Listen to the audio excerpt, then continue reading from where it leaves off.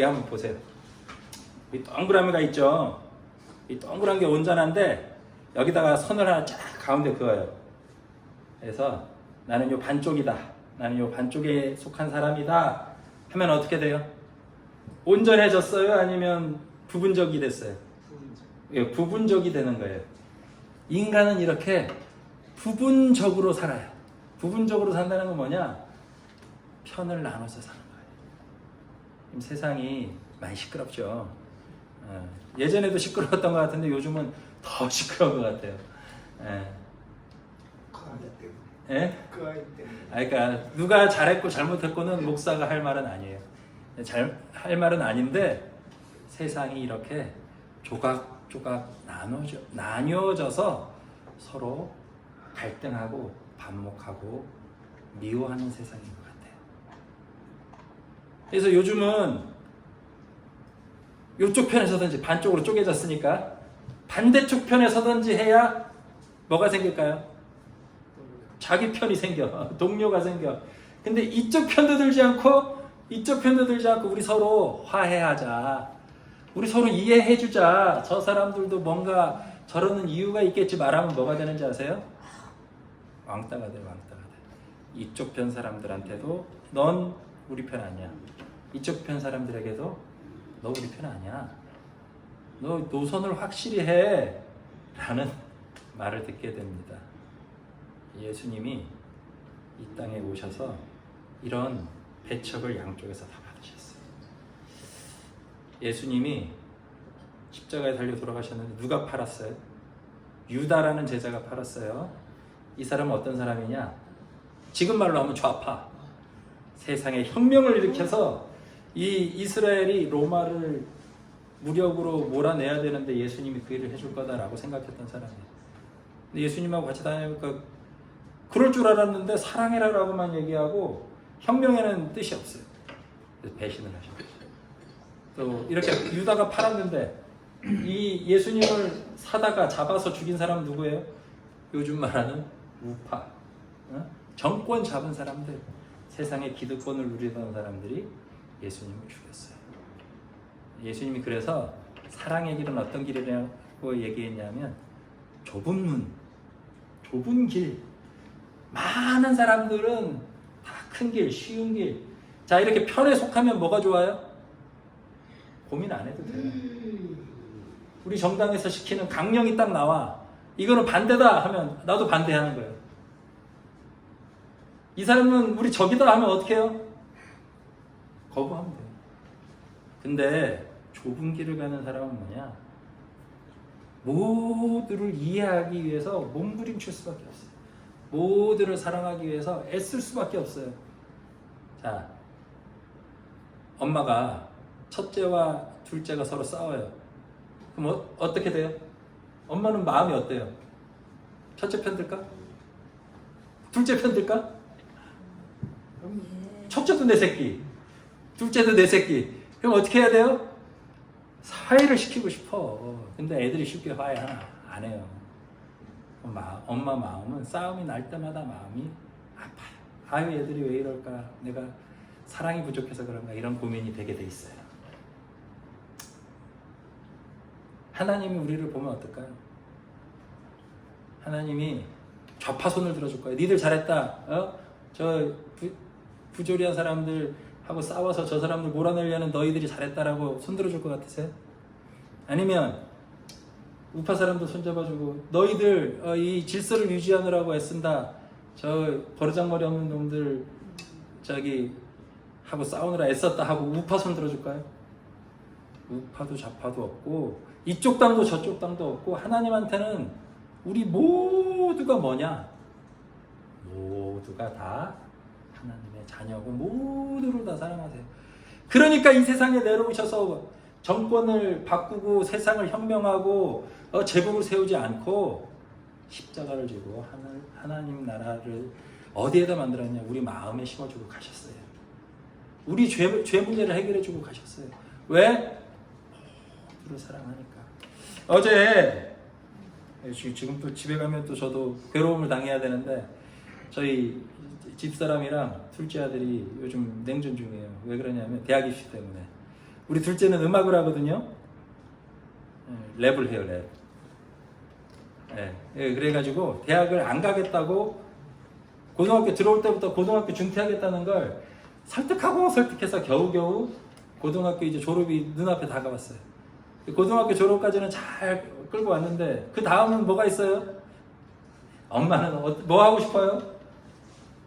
어떻게든 대학에 좀 보냈으면 좋겠다는 마음이 커요. 어떻게 꼬시든 뭐 압력을 가하든 해서 왜 그런 생각할까요? 멀리 내다보면 대학 졸업하고 다니는 게 너에게 도움이 된다라고 생각하기 때문이에요. 근데 아들 입장에서 뭐예요? 내가 원치도 않는데 자꾸 엄마는 나한테 대학 얘기를 하니까 애도 감정이 좋지 않아. 중간에서 나는 어떻게 해요? 엄마 마음도 어때요? 이해가 되고 아들 마음도 이해가 되고 저도 대학 별로 안 가고 싶었거든요. 근데 저는 져서 대학 4년 잘 다녔어요. 지금 와서 돌아보니까 그게 나름 도움이 됐구나라고 생각해요. 근데 그 시절 저는 이렇게 대학 가는 거 별로 좋아하지 않았던 사람으로서 자식 마음도 이해되고 안정적으로 살아줬으면 하는 엄마 마음도 이해가 되니까 중간에서 난 어떻게 해요? 어쩔 수가 없는 거야. 그 마누라가 저를 막 비난하더라고. 너는 내 자식을 생각해야지 편을 엄마 아빠가 뜻을 합쳐도 지금 얘 마음을 바꿀까 말까인데 애 편을 들고 있어 이러면서 어젯밤에 괴롭힘 아니라 바른 말씀 하신 거죠. 바른 말씀을 무릎 꿇진 않았지만 마음으로 무릎을 꿇고 힘들었어요. 괴로운 거예요. 가족끼리 투표하면 되죠. 투표로 되나요? 뭐 투표했다고 투표 결과를 받아들이나? 어렵습니다. 어쨌든 온전하다는 건 이렇게 고통스러운 거예요. 깨어져 있는 사람들의 마음을 다 감싸 안아야만 온전한 것이 되고 온전한 사랑을 할 수 있어요. 그래서 사랑을 한다는 건 사랑을 시작한다는 것만으로도 뭐냐? 힘들고 고통스러운 거예요. 그래서 사랑할 능력이 없는 사람들은 빨리 뭘 하는지 아세요? 편을 택해. 난 이쪽 편이야. 넌 내 편 아니야. 너 잘못됐어 하고 상대방을 비난하고 상대방을 공격하는 것에 빨리 결정을 내려요. 왜? 둘 다 사랑할 능력이 없으니까. 근데 사랑하는 사람들은 뭐냐?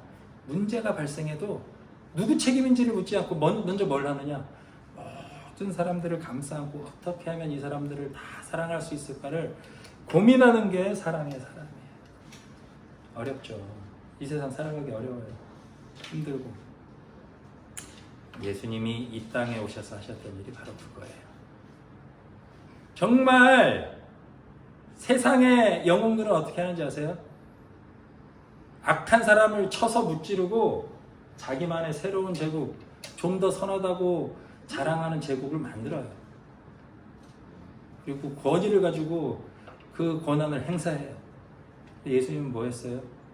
처음부터 끝까지 박해당하시고 사랑하라고 자기 몸으로 몸소 사랑을 보여주시다가 십자가에서 달려 돌아가시고 부활해서 하늘에 오르셨어요. 쉽게 결론 내리지 않았어요. 쉽게 누굴 비난하지 않으셨어요. 예수님을 잡아 죽이려는 바리새인들, 율법관들, 서기관들, 너희들 그러면 안 된다. 이거는 율법주의자 행동이다라고 말씀은 하셨지만 그들을 미워하고 공격하지는 않으셨어요. 그 사람들을 위해서도 십자가를 함께 지셨어요. 사랑만이 유일한 해결책이라는 걸 아셨기 때문에 그래요. 자, 그렇게 세상을 바꾸겠다고 집권했던 사람들, 세상을 아름답게 만들었어요. 그 사람들이 다시 기득권이 돼서 다른 사람들을 소외시키고 자기들의 이익을 위해서 새로운 제국을 만들었을 뿐이에요. 왕조만 바뀌었지 백성들의 삶은 바뀐 적이 별로 없어요. 언제 세상이 변하느냐? 내 마음에 사랑이 온전해질 때 세상이 변하는 거예요. 어디서부터? 나부터. 내가 사랑을 해줘서 내 가족부터 그렇게 조금씩 변해가는 것이 예수님의 사랑의 제국, 천국이 일어나는 과정입니다. 온전한 것이 오면 부분적으로 행동하던 것들을 그치게 돼요. 온전한 사랑을 받은 사람은 어떻게 되는지 아세요? 이편 저편을 넘어서 모든 사람을 사랑할 수 있는 가능성이 조금씩 열리기 시작해요.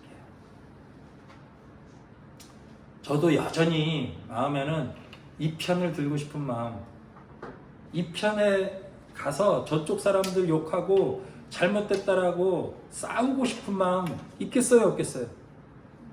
있어요. 매일 싸우고 싶어.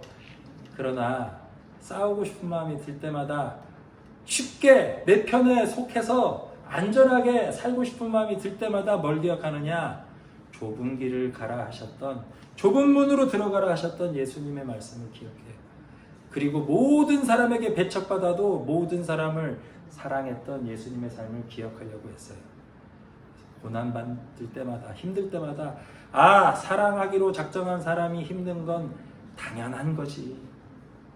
아, 내가 이렇게 힘들고 내가 이렇게 욕먹고 내가 이렇게 비난받고 손가락질 당하는 건 내가 사랑하려고 애쓰고 잘 살고 있다는 말이구나라고 스스로를 위로하고 다독여요. 다 끝났습니까? 아이고 힘드세요? 예, 이제 꼭 끝낼게요. 자, 우리 대사 나도 끝났어요. 대삼 어르신도 사랑 받으셔야 돼요. 우리 힘든 어르신들 사랑하는 건 쉽지만 힘 있는 사람들 사랑하는 게 훨씬 어려워요. 왜? 잘못됐으니까. 근데 그 힘 있는 사람도 돌이켜보면 우리 대삼 어르신과 마찬가지로 마음속에 연약함이 있는 거예요. 두려움이 있는 거예요. 그래서 힘이 있는 척 하는 거예요. 권력 잡은 사람들, 힘이 있는 사람들, 부조리해 보이는 사람들의 마음을 이해하려고 애쓰고 사랑하려고 애쓰다 보면 그때 우리들 마음의 사랑이 조금씩 자라납니다. 우리 한번 사랑하며 살아봅시다. 사랑합시다. 예, 화이팅!